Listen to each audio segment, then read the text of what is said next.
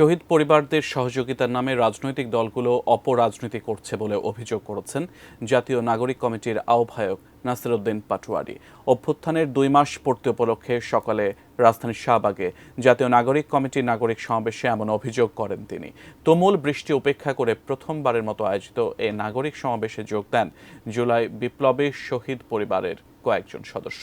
তাদের অভিযোগ, জুলাই বিপ্লবের হতাহত পরিবারদের এখনও যথোপযুক্ত সহযোগিতা করা হয়নি।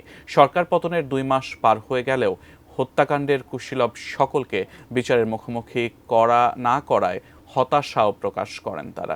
সমাবেশে জাতীয় নাগরিক কমিটির আহ্বায়ক নাসির উদ্দিন পাটোয়ারী অন্তর্বর্তীকালীন সরকারের কাছে আহ্বান জানান দ্রব্যমূল্যের ঊর্ধ্বগতির লাগাম টানতে।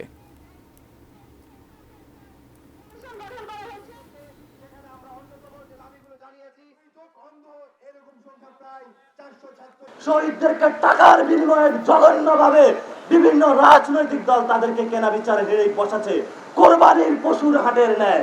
আমরা সেই সকল রাজনীতিবিদদেরকে ধিক্কার জানাচ্ছি।